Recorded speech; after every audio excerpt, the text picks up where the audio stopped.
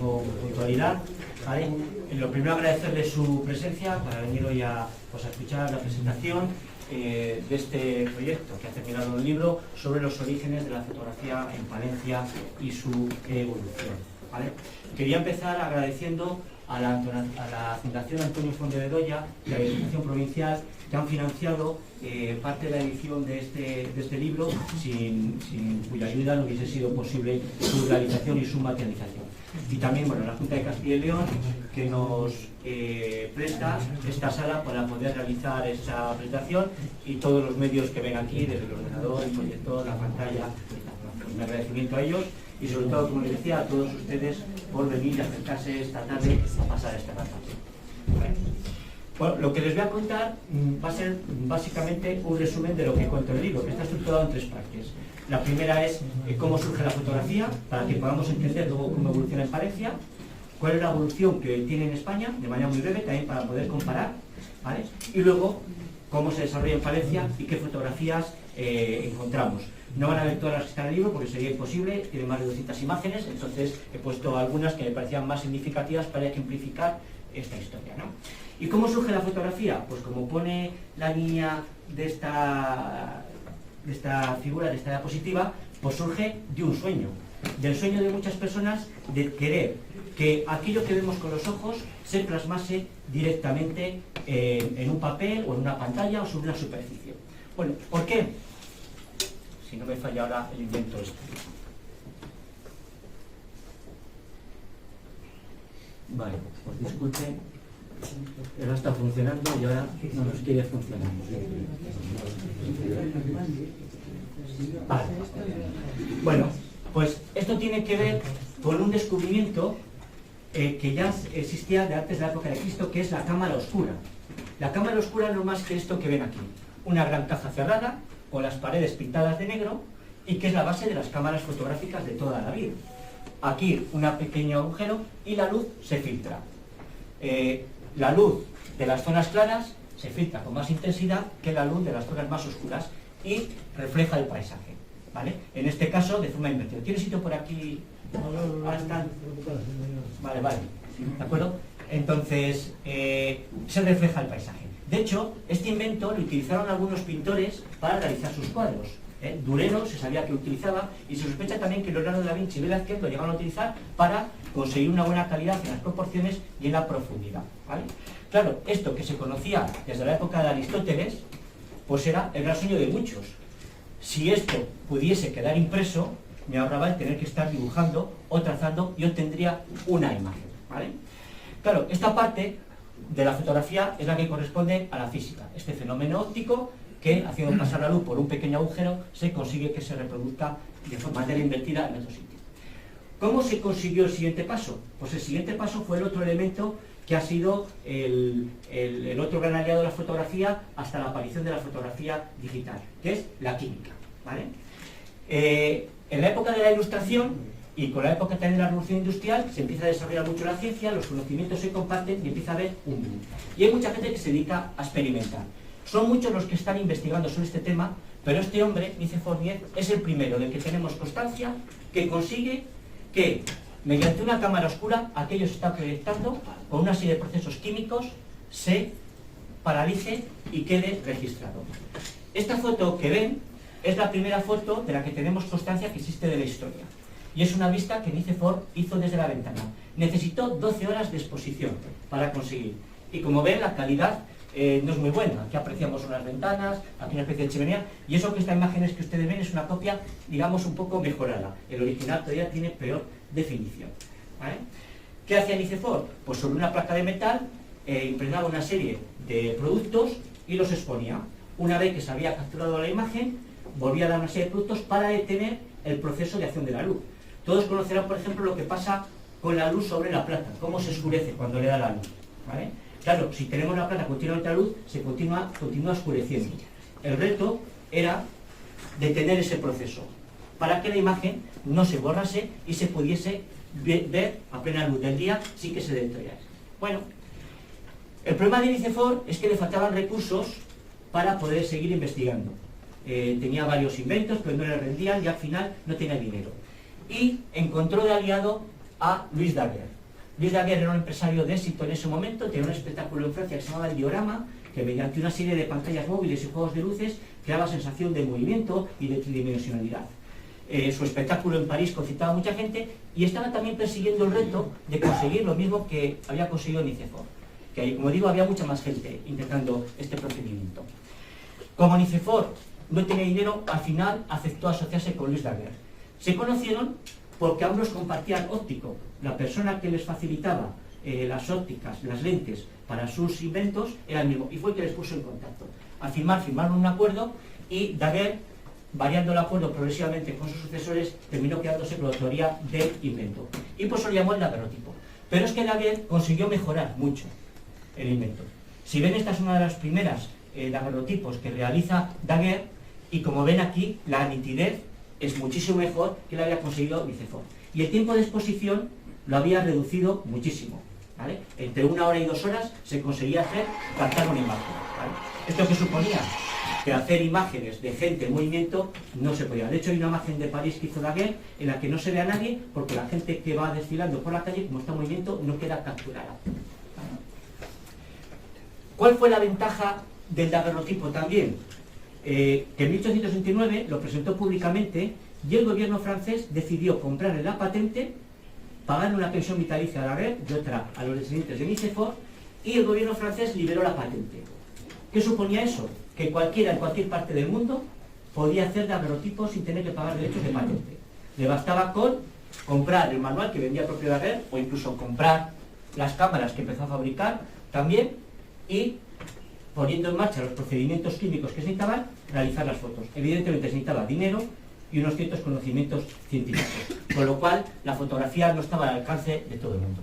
Y tenía un problema, el daguerrotipo, que se hacía una única copia. Era solamente un único positivo y no se podían obtener copias, lo cual encarecía mucho más el producto. Eso hizo que el daguerrotipo estuviese al alcance de pocas personas. Sin embargo, el invento tuvo mucho éxito, y sobre todo entre la burguesía. Lo que vemos aquí es una miniatura que solían llevar los nobles, que solían hacerse pintar, en concreto esta es de Palencia, de Felipe Bedoya, que fue regidor permanente del Ayuntamiento palentino, y los nobles se hacían pintar en aquella época, y lo llevaban como un hecho de prestigio. Esto costaba caro porque llevaba su tiempo y además había que posar. Claro, el invento de Daguerre, aun siendo caro, era mucho más económico, no había que estar posando tanto tiempo y además estaba asociado a la revolución industrial, al conocimiento, a la ciencia, a los nuevos valores de la burguesía. Y la burguesía se lanzó a consumir este producto. Y todo burgués que deseaba se hacía retratar un daguerrotipo que además se marcaba ese tipo de cajitas y otras que le daba una elegancia y una cierta presencia. De ahí que el invento de Daguerre se extendiese y hasta los años 55, que ya veremos que cambia el sistema, se extendiese por todas partes, incluso en Estados Unidos hizo furor. En Estados Unidos incluso lo imprimían en placas de latón, lo que lo hacía mucho más económico y hacía que se lo pudiese comprar más gente. Vale, vamos a pasar esta. En 1855 se produce un cambio que va a ser fundamental, que son dos inventos, el colodio número y las cartas de visita. ¿Qué era el colodio número? Pues era un sistema de fotografía que en vez de hacerlo sobre una placa de metal, se hacía sobre un cristal. Se le aplicaba una serie de productos químicos, se metía en la cámara, se sacaba la instantánea y mediante otros productos químicos se volvía a fijar. Pero ¿qué pasaba? Que al ser un cristal lo que se obtenía era lo negativo y a partir de ahí se podían obtener copias. ¿Esto qué supone? Que se abarate mucho el precio de la fotografía. Y es cuando empiezan a surgir los estudios, porque entonces se puede vivir de la fotografía. Ya vender una fotografía es más barato y está al alcance de más cantidad de personas. Sobre todo cuando se junte con este otro invento de Disdéry, que es la carta de visita. ¿Qué suponía esto? Mediante un objetivo se sacaban 8 fotos en una misma placa de cristal, con lo cual por el precio de una obtenías 8. E incluso, como pueden ver, con poses diferentes. ¿Vale? Es lo que se llama en los estudios de fotografías la primera gran democratización de la fotografía, puesto que su precio empieza a ser accesible a todo el mundo. Y además empieza la fiebre del coleccionismo. Estas cartas de visita son de unas dimensiones de unos 11 centímetros de alto, más o menos, y la gente las encargaba, hacía copias y las regalaban a los familiares, que las ponían en los álbumes o las enviaban a sus familiares fuera. ¿De acuerdo? ¿Esto qué va a suponer? Que a partir de 1925 el daguerrotipo decae, pero se empiezan a aparecer los primeros grandes estudios de fotografía. Claro, ¿qué problema tenía? Tenía el problema de que el collodion húmedo, como su nombre dice, había que usarlo húmedo. Y entonces no se podían hacer fotos en la calle o fotos pues de acontecimientos que ocurrían fuera, ya que la placa tenía que estar húmeda y antes de que se secase había que fijarla para luego poder sacar las copias. Vale. Aún así, a pesar de estas dificultades, con la aparición del collodion húmedo aparece el reporterismo fotográfico. Esta es una fotografía de la guerra de Crimea, ¿de acuerdo? Evidentemente no vemos la guerra, lo que vemos es una zona de la batalla y lo que vemos estos son los proyectiles que se han lanzado, ¿de acuerdo? Ya bastante difícil hacer una foto fuera como para encima meterse en el propio frente de batalla. Esta es de la Comuna de París, ¿vale? En un momento de remanso, de no luchas, allí se fue el fotógrafo e inmortalizó. Por cierto, las fotos de la Comuna de París se utilizaron luego por las autoridades para identificar a los que se habían batido en la revuelta y ajusticiarles. Esta es de la guerra de secesión, ¿de acuerdo? Una foto de los campamentos. Y esta es de un fotógrafo Lauren, que luego volverá a salir, que utiliza el collodion húmedo y que viaja por toda España. ¿Cómo hacen posible todas estas fotos? Llevando un estudio móvil. Este carromoto es un estudio móvil, una cámara oscura, cerrada, donde preparan el collodion húmedo, la placa, la colocan en la cámara, toman las instantáneas, las vuelven a meter, realizan los procesos de fijado y una vez que la placa ya está fijada, ya puedes luego sacarla a la luz y hacer todas las copias que necesites. ¿De acuerdo? Damos un paso. Tercer gran momento de la fotografía, en torno a 1880 y 1838. Aparece otra técnica que se llama gelatino-bromuro. No se preocupen por los nombres, da igual, lo que cambian son los procedimientos químicos. ¿Qué es lo que tiene de distinto? ¿Vale? En principio se utiliza una placa de cristal, pero lleva otro tipo de componentes y esa placa de cristal no hay que utilizarla nada más preparada. Tú la preparas y la puedes utilizar cuando la necesites. Es más, una vez hecha la foto, manteniéndola a oscura, no tienes por qué fijarla. La puedes fijar cuando lo necesites. No solamente eso, sino que se empiezan a fabricar las placas ya por laboratorios especializados, con lo cual tú puedes comprar las placas. Es decir, ¿qué cambio encontramos? En que en estos momentos cualquiera puede ser fotógrafo en el sentido de hacer una fotografía, porque ya no necesito tener conocimientos de químicas. Compro la cámara, compro las placas, hago las fotos y las envío al laboratorio. Y como el gelatino-bromuro no necesita inmediatez, no hay problema. Yo las compro, las puedo tener un mes en mi casa, de repente hago una excursión, o viene la familia, hago las fotos y luego las mando al laboratorio. ¿Vale? Tanto es así que en 1888, este hombre, Eastman, que le sonará, patenta o pone a la venta la primera Kodak, que también le sonará. ¿Vale? La publicidad de esta cámara era: usted apriete el botón, nosotros hacemos el resto. ¿Qué hacía Eastman? Vendía cámaras por $25 que traían un rollo de película para hacer 100 fotos. Tú la comprabas, una vez que te las 100 fotos, las enviabas al laboratorio y ellos se encargaban de revelar esas fotos, mandarte las copias y devolverte la cámara nuevamente cargada. ¿Vale? Claro, ¿qué nos va a ayudar a comprender esto? A partir de aquí va a surgir el boom de los fotógrafos aficionados, porque ya no se necesita disponer de un laboratorio para hacer fotos. Tú simplemente compras, haces y lo mandas. Lo que hemos hecho toda la vida, los que hemos manejado cámaras analógicas, ¿de acuerdo? Que comprábamos, poníamos el carrete, hacíamos las fotos y no necesitábamos tener conocimientos de química. Simplemente ya la capacidad estética para hacer fotos más bonitas o menos. ¿De acuerdo? Bueno, son las tres grandes fases. Conocido esta evolución, ¿cómo llega la fotografía a España y cómo llega la fotografía a Palencia? Bueno, pues en los años 40, que dependemos del daguerrotipo, por lo que aparecen son los primeros daguerrotipistas en España, algunos españoles, pero sobre todo ambulantes, que vienen de Francia, donde está más desarrollado, y aquí vienen a hacer negocio. En los años 50 surgen los primeros estudios fotográficos, ¿no?, de españoles en las principales ciudades, y empiezan a cobrar auge los fotógrafos ambulantes, es decir, un fotógrafo de Madrid, o de Bilbao, o de Sevilla, que de repente decide hacer un tour por ciudades donde no hay estudios, o donde no hay estudios en teoría, para hacer fotos y hacer negocio. Y a partir de los 60 ya aparecerían estudios en todas las ciudades, como por ejemplo el caso de Palencia, ¿de acuerdo? ¿Cómo ocurrió en Palencia? Bueno, ¿o cómo sabíamos que ocurrió en Palencia hasta la fecha? Pues en principio, en los trabajos que tenemos de carácter nacional o regional, lo que nos viene a decir es que en los años 40 no teníamos presencia de daguerrotipos, no hay constancia de presencia de daguerrotipistas. En los 50 nos visitan los primeros fotógrafos ambulantes y en los 60 sí empezamos a tener estudios fotográficos. Siempre 2 y algunas veces incluso 3. Bueno. Esto, que es lo que tenemos, aquí ya les pongo que si tenemos indirectas porque es lo que les vengo a contar, esto no es de todo real. ¿Qué es lo que nos pasa en las provincias de interior, en ciudades como Palencia o Soria, Teruel? Que nos faltan fuentes. La prensa de esa época nos ha conservado. Muchas de las noticias que nos hablan de los primeros daguerrotipistas en ciudades como Madrid o Barcelona, lo que nos cuentan es la prensa que alguien ha adquirido o tal sociedad aquí una cámara de daguerrotipo y que va a hacer unos ensayos y que se van a hacer a tal hora, que se van a avisar, etcétera, etcétera. Claro, como no tenemos prensa de esa época, porque no está conservada, no tenemos esa información.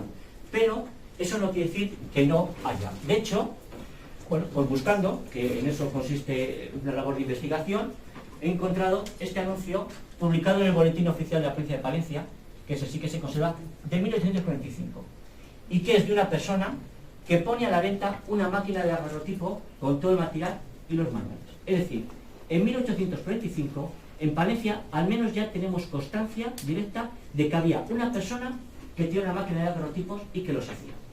Seguramente no sería el único. El anuncio no se repite, lo cual nos lleva a pensar que el daguerrotipo se vendió rápidamente. ¿Vale? No es que se repitan mucho los anuncios de esta época, pero si no lo vendes, normalmente aparece otra vez como mucho, 2 o 3 veces. Al no aparecer, entendemos. ¿Por qué lo vendió? ¿Era incapaz de manejar la máquina? ¿Se había comprado otra mejor? Bueno, no lo sabemos. ¿Vale? ¿Para qué la usaba? ¿Para fines científicos? ¿Para hacer fotos a personas? Tampoco lo sabemos. ¿De acuerdo? Pero lo que sí que sabemos es que había. Y también sabemos que no había que irse muy lejos para comprar una cámara de daguerrotipo. En León, en 1824, había una tienda que las vendía. ¿Vale? Pero vamos un poco más. En 1854 es cuando viene aquí el primer fotógrafo ambulante del que teníamos constancia hasta ahora. En 1854, ese mismo año, muere Inocencio Martínez de Lasco, médico, concejal, y entre la relación de sus bienes, es decir, hecha antes de que venga este primer fotógrafo ambulante, encontramos un cuadro de lienzo que representa a San José y a su niño valorado en 90 reales, pero 2 retratos de familia, 20 reales. Retratos, los cuadros, y el precio se corresponde con el precio de un daguerrotipo. Es decir, este señor, cuando ha fallecido, ha dejado entre sus bienes 2 retratos de familia. ¿Cuándo se los hizo? ¿Dónde? No lo sabemos, ¿vale? Pero quiere decir que a lo mejor se ha hecho en Palencia, a lo mejor se ha hecho fuera. Pero había gente que se había hecho retratos. Es decir, no era algo desconocido en Palencia. ¿De acuerdo? Y este es el primer anuncio del primer fotógrafo ambulante. En 1854 viene un tal señor Blanco, que viene de Cádiz, José María Blanco, viene de Cádiz y va haciendo una tournée, pasa por Valladolid, Burgos, León, Palencia y Santander. ¿De acuerdo? Pero les he puesto los 2 anuncios de Palencia y de Santander para reafirmar este tema de que aquí en Palencia tenía que haber más daguerrotipistas desde que he localizado y de que tenía que haber incluso habido antes más actividad de fotógrafos ambulantes. ¿Por qué? Analicemos. Este es el de Santander, este es el de Palencia. Primero, precio del daguerrotipo en Palencia, 12 reales. En Santander, 16. No sé si es que en Santander el nivel de vida es más alto, o que en Palencia a lo mejor había más competencia, o que habían pasado mucho más, y esta gente cuando viene se informa de cómo está el mercado. Si ha habido más gente, si hay competición, ¿no? Para adaptar los precios a lo que allí es habitual, ¿vale? Si tenemos esta diferencia de precio, quiere decir que aquí a lo mejor tenía más competencia. Segundo, en Santander, como hace en todas partes, no he puesto aquí los anuncios de Valladolid, de León, pero se instala en una posada, gabinete establecido en la calle del Pueblo. Aquí, paradójicamente, se establece en la Casa Comercio del Riojano. Y en vez de poner las muestras a la puerta, en este caso de la pensión, aquí los pone en la librería de RAR. ¿Por qué? ¿Por qué no se van a la pensión? ¿Qué relación mantiene con el riojano? Ninguna. Este señor viene de Cádiz. Si hay alguna relación es porque a lo mejor estas personas tenían en su mano máquinas de daguerrotipos y les interesa dar alojamiento al fotógrafo a cambio de clases o a cambio de algo. La librería de RAN, ¿por qué los pone ahí? Y no los pone en el comercio de los riojanos, que tiene escaparates. Porque a lo mejor en la librería de RAN se están vendiendo material fotográfico, ¿vale? No sería de extrañar, ¿vale? Pero, fíjense, para ver más pruebas de esto. Vende las máquinas que usa con condición de enseñar gratis a retratar. Esto es Santander, ¿vale? Enseña a retratar por un módico precio, pero no pone que venda máquinas. ¿A quién va a enseñar si no vende las máquinas? Solo puede enseñar a alguien que las tenga. Eso quiere decir que tiene que haber gente en Palencia con máquinas de daguerrotipo. Si no, no tiene sentido. Y es más, aquí no lo dice, pero aquí sí. Trae un magnífico surtido de cajitas y cuadros para colocar los retratos, como ese que hemos visto. Evidentemente, yo si soy un fotógrafo y hago fotos por ahí, pues cuando hago la foto ya le digo a la persona, mire, pues ya si quiere se lo puede llevar y mire qué muestrario. No lo anuncio, mi negocio es la fotografía, ¿vale?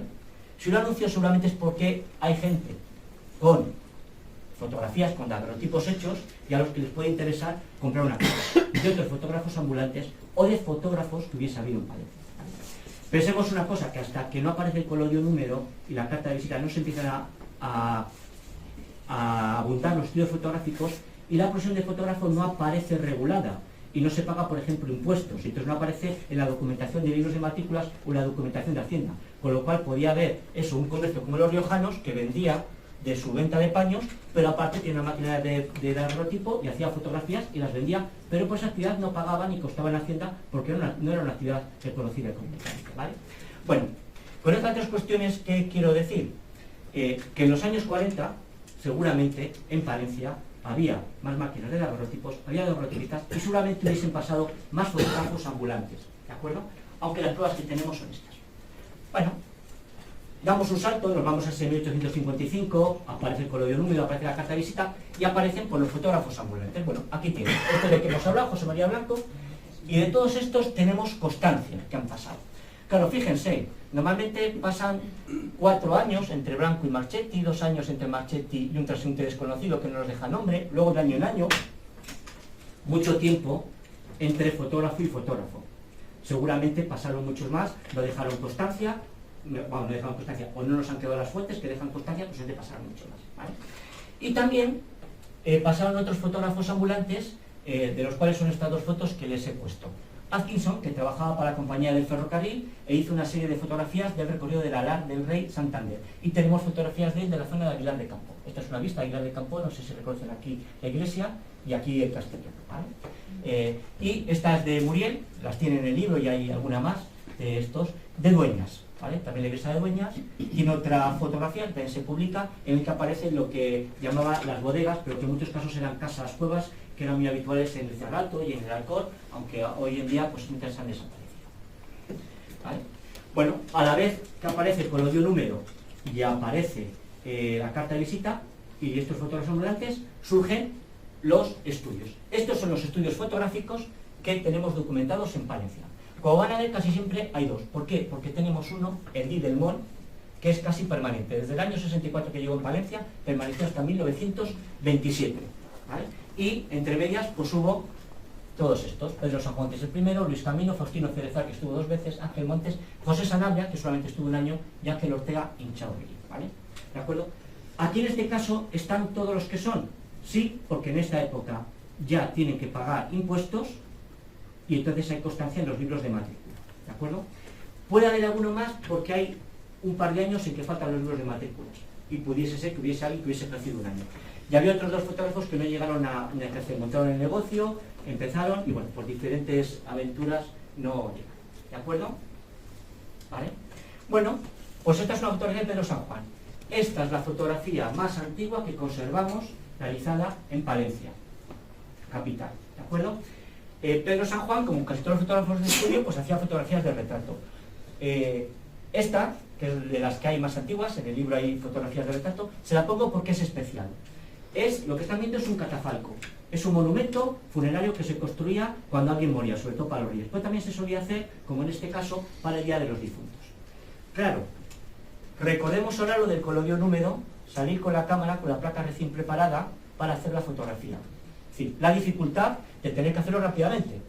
Cojo la cámara, salgo medio de estudio, la llevo la placa preparada, me voy a la iglesia, me vuelvo rápidamente al estudio. Y segundo, me voy a una iglesia donde no tengo luz eléctrica, a oscuras, la única iluminación es la de las velas del propio catafalco y no tengo ni sensor de medir la luz, ni una ruletita como en las máquinas para ver si la exposición está correcta. Es decir, es todo un dominio de la técnica y del saber hacer para conseguir una exposición ajustada, ¿de acuerdo? ¿Dónde se hizo esta fotografía? No lo sabemos porque el autor rayó el fondo porque lo que le interesaba es el catafalco en sí. Y ya desde el principio había técnicas de manipulación, rayar los fondos o pintar los negativos o las fotos para ponerlas en color, ¿vale? Pudiera ser que en la catedral, porque esta fotografía que pertenecía a la familia de los Solórzano, ellos eran agricultores y pertenecían a la cofradía de San Isidro. La cofradía de San Isidro celebraba el Día de los Difuntos. Pero también podría ser las Agustinas Canónicas o San Francisco, porque allí hay enterramientos de la familia Solórzano, ¿de acuerdo? No aparece dónde está hecha, entonces no lo sabemos, más que tener la constancia de que es en Palencia. El apellido. Idelmont es una marca comercial, no es su apellido verdadero, ¿de acuerdo? Es una marca comercial que incluso utilizó antes de ser fotógrafo, ¿vale? Hay errores en su fecha de nacimiento, en su fecha de fallecimiento. Y también luego hay errores en quién es Idelmont, porque Idelmont no es una persona solamente, es una saga. Es Rafael el padre y sus hijos Enrique y Fabriciano, y posteriormente ya en el siglo XX, bueno, la mujer de Enrique y las hijas de Enrique, ¿vale? No todas las fotos que aparecen con el nombre de Idelmont son de Rafael, sino que algunas son de sus hijos, ¿de acuerdo? ¿Vale? Y esta otra foto se la he puesto porque refleja este gusto por la fotografía y este coleccionismo. Es la misma foto de la cual se han conservado dos copias en colecciones distintas, ¿vale? Una colección de la familia de Ignacio Díez López y otra de Sergio Fernández de Villarán, ¿vale? Porque con el auge de las cartas de visita, la gente hacía copias y las regalaba a las familias. Y las familias metían en álbumes de fotos y las conservaban. Y era muy característico regalarse fotos. No solamente eso, sino que se compraban fotos de famosos, políticos, reyes, etc. Y se compraban en álbum, lo cual te daba prestigio. Aparecía tu foto con la del rey. Para que se hagan una idea, en España se llegaron a vender 70.000 fotos de Carlos María Isidro, que era el pretendiente al trono cuando Isabel II reinaba, el líder de los carlistas. Pero es que en Inglaterra, de la reina, se llegaron a vender más de medio millón de fotos, para que nos hagamos una idea del coleccionismo, ¿vale? 70.000 aquí de Carlos María Isidro, que era, digamos, el rey que estaba, que era el rey que estaba haciendo la guerra de Isabel II, pues ya eran suficientes, digamos, para el enemigo público número uno, casi del reino, ¿vale?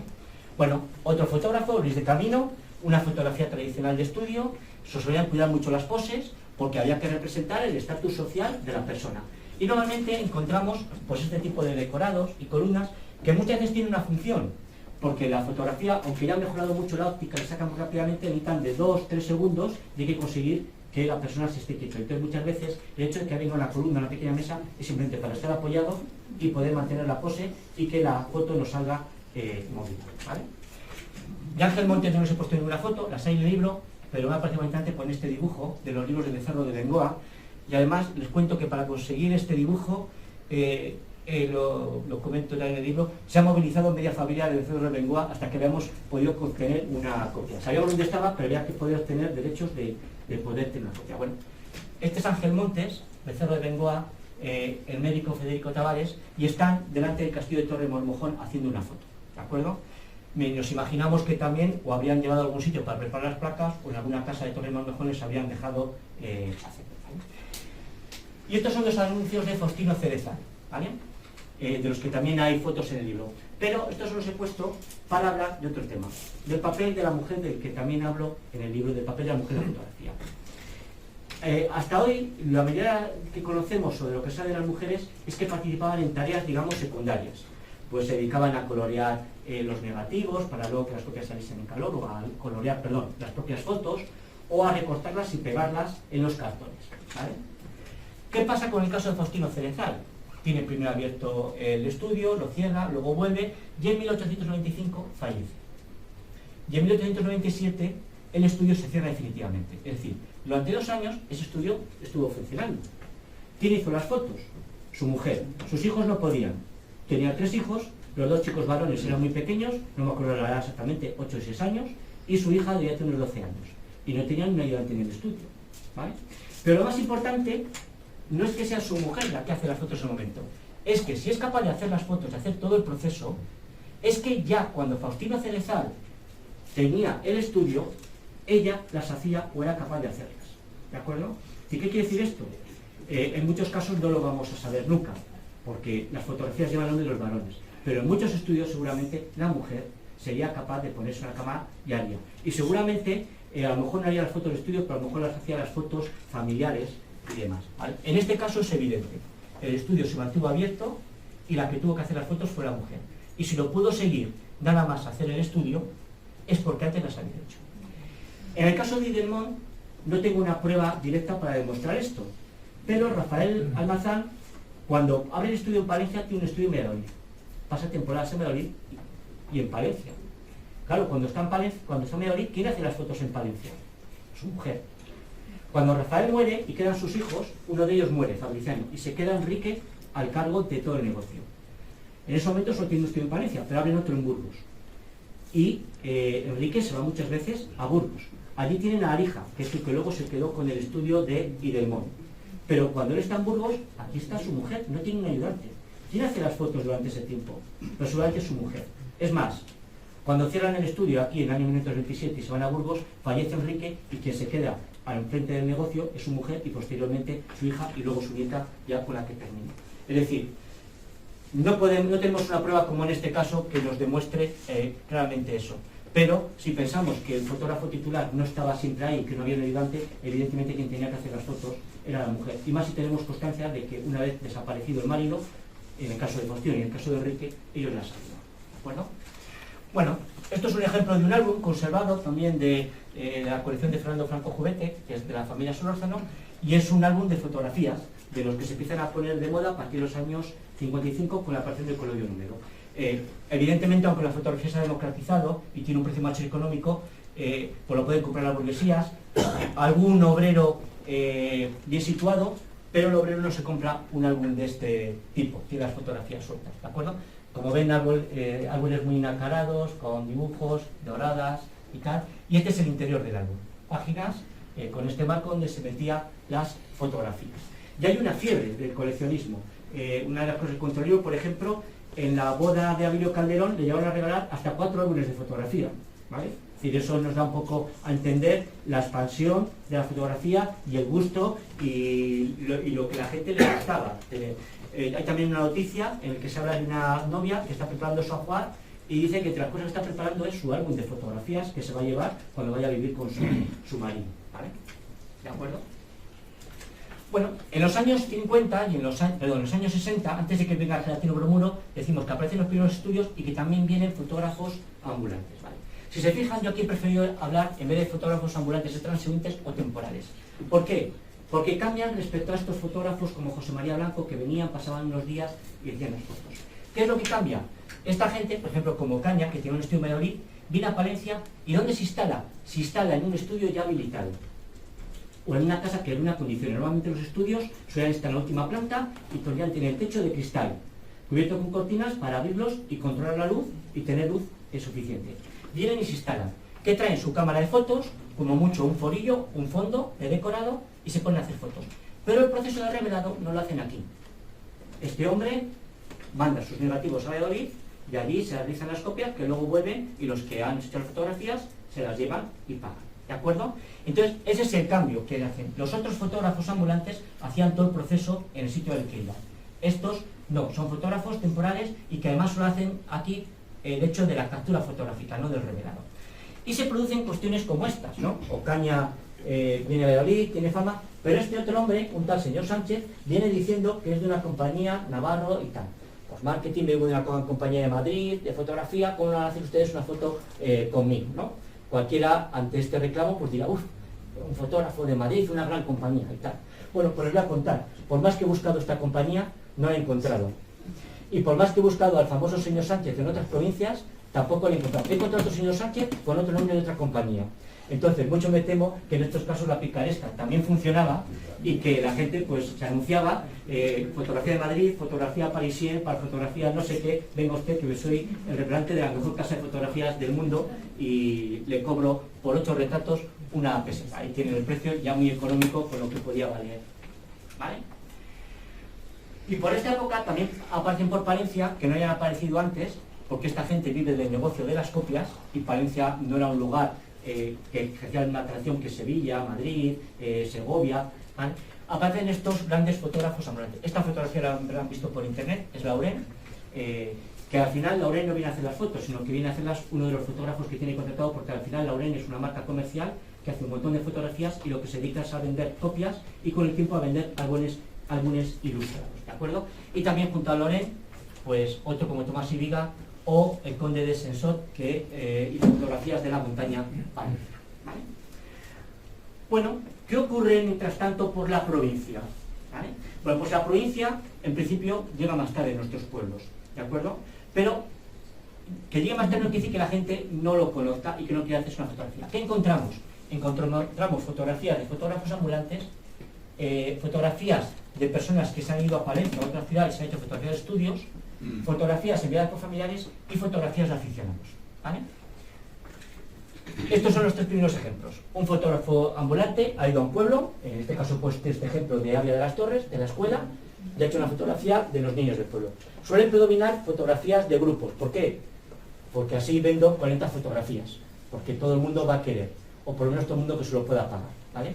Y en muchos casos además también vende el negativo, porque ese fotógrafo no va a pasar por ahí, y en algunos casos, en algunos pueblos se ha conservado incluso el negativo, de forma que pudiesen hacer copias, ¿vale?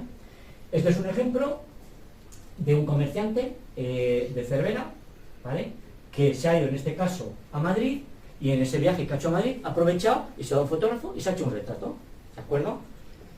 Y este es un ejemplo de esas fotos que mandan los familiares. En este caso, sobre todo, lo que abundan son militares que están en Cuba o en Filipinas y que, bueno, pues si coinciden que están en la capital, en una ciudad que tiene un estudio, pues se hace una fotografía, evidentemente una carta de visita, que te salen 8 copias, te sale muy barato, y mandas una a tus padres, otra a tus tíos, otro a tu hermana, y si tienes mujer o tienes novia, pues otra a tu mujer. Y de viceversa.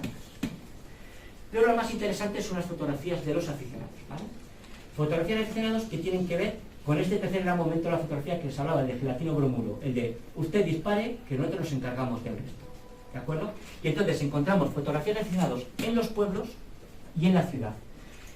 ¿Por qué son quizás las más interesantes? Porque las otras son muchas fotografías de estudios y estas nos reflejan más cosas de la vida cotidiana. Esta es la foto de la contraportada del libro, que es preciosa, la hizo Román Oriol y se la regaló a Francisco Simón Nieto, y es una fotografía, lo que ves en el fondo es Vallejo de Orbó, ¿no? Y es una fotografía, bueno, pues con 2 personas tirando de un carro, tirando por bueyes y un montón de niños montados. Una fotografía pues maravillosa y preciosa, ¿vale? Pero tenemos muchas más, ¿de acuerdo? Les pongo algunos ejemplos. La Trapa fue un monasterio que se ocupó en el siglo XIX y vinieron los monjes trapeses de Francia a ocuparlo y a ponerlo en marcha. Con su ello trajeron una cámara fotográfica. Y estos son 4 hermanos, todos de La Rioja, pero 2 de ellos venían del monasterio francés porque estaban allí. Al venir aquí, los otros 2 hermanos entraron a profesar de novicios. Y uno de ellos, se hizo encargo de la cámara. De hecho, no sé si se ven aquí el cordón, porque tiene la pera en la mano para tomarse la foto, ¿vale? Se le está haciendo la foto, él ha puesto la cámara, ha enfocado, se ha sentado y con un disparador remoto, por un cable, se ha hecho la fotografía. En el monasterio de la Trapa conservan la cámara, hay una foto en el libro de la cámara, conservan las placas y conservan este fenomenal legado con un montón de fotografías, ¿vale? Tiene fotografías de la vida cotidiana del monasterio, también de zonas de Palencia, de zonas de 20 años. Esta es la Quirino Tomé, farmacéutico en Carrión de los Condes. Tiene unas fotos preciosas de los entornos de Carrión. Pero he puesto esta porque muestra la vida familiar. Son sus hijos, bueno, 2 hijos, el otro debería ser un amigo, no tenía más que 2 hijos, jugando en domicilio familiar, ¿no? Ahí con un juego de casitas y ponemos también los muebles, una estampa familiar que se conservan pocas de este tipo. Y luego estas fotografías están hechas por Simón Nieto, porque mucha parte de los fotógrafos aficionados estuvieron vinculados al mundo del patrimonio, de la cultura, y les gustaba retratar e inmortalizar nuestros monumentos. Fíjense, el Castillo del Monte Campos, y este, si alguno le conoce, el de Parilla del Alcor, que si alguno lo ha visto en la actualidad, no nos queda ni el 25% de este. Gracias a Simón Nieto tenemos un documento de cómo era este castillo, que hoy pues, tiene varios lienzos caídos, de esto no queda casi nada más que esta portada, y la torre también está... ¿Qué años son? Todas antes de 1900, no me acuerdo ahora, en el libro lo pone, pero todas son antes de 1900, ¿de acuerdo? Terminó en 1900 el libro precisamente por ese cambio de gelatino bromuro, y a partir de ahí ya la fotografía cobra otra dimensión, ¿vale? ¿De acuerdo? Bueno, en este auge de la fotografía no solamente surgen los aficionados, sino que aparece la fotografía en la prensa, ¿vale? Estas fotos que aquí están en negativo en el libro las van a ver positivizadas. Lo que pasa es que están sacadas directamente de los microfilms de la época, en la máquina no podemos sacar de otra manera y entonces salen en negativo, pero en el libro las hemos puesto en positivo, ¿de acuerdo? Para reproducir fotografías en los libros era complicado, porque no se conocía la manera de hacerlo, ¿de acuerdo? Se podía hacer mediante una silografía, pero claro, hay que hacer la silografía aparte y la plancha. De hecho, el primer libro con fotografías lo que se hizo era, se imprimía y se dejaban los huecos de las fotografías, luego se hacían copias y se iban pegando las fotografías uno a uno, ¿vale? Esto se solucionó cuando se descubrió el sistema de tramas, que son pequeños puntos, ¿de acuerdo? Que en función de la intensidad de la cercanía nos generan una escala de grises. Y entonces podemos tener una variedad de tonos. Entonces se empezó a hacer. En España, en torno a 1890, el periódico ABC, que a todos nos suena, es el primer gran periódico que empieza a incorporar la información gráfica de manera habitual. También lo había hecho la Ilustración Española Americana, pero en Palencia, pues fíjense, en 1894 ya tenemos fotografías en la prensa, en fin, no mucho más tarde, ¿de acuerdo? Lo que no tienen eran los medios. Esta es la primera fotografía que aparece en prensa en Palencia, y es una plancha que el Día de Palencia encarga a una imprenta de Madrid para incorporar a su prensa. Habían nombrado de obispo a Enrique Almaraz, y bueno, pues hay que hacer una entrada triunfal y le vamos a poner en la prensa. ¿Qué es lo que hace el Día de Palencia? Como es una imprenta que lleva el periódico, lleva la propaganda católica, lleva un montón de libros, esa placa la utiliza y esta fotografía de Enrique Almaraz aparece el Día de Palencia, aparece la propaganda católica y hay un montón de libros. Y cada vez que surge una noticia del obispo, pues ahí aparece. En el caso del Día de Palentino, pues te encontramos unas fotografías de toreros que eran muy famosos en aquella época y levantaban pasiones. Y este es un ejemplo de la propaganda católica, que es la revista que más fotografías va a tener, ¿de acuerdo? Y en este caso fotografías de Palencia. Esta está hecha desde la catedral, ahí no sé si aquí aprecian San Miguel, ¿de acuerdo? Y bueno, para terminar, simplemente la fotografía a finales de 1900 se había hecho totalmente popular. Todo el mundo quería tener su retrato. Fotógrafos aficionados, en esta época ya hay más fotógrafos aficionados que fotógrafos profesionales, para que se hagan una idea, y esto es tan cotidiano pues que aparece en los chistes, ¿no? Y en 1899 os he puesto dos como ejemplo, pero se encuentran mucho más, ¿no? Dice el marido y la mujer: pero Luis, ¿te vas a retratar otra vez? Dice el marido: sí, mujer, en la otra fotografía tengo cara de imbécil.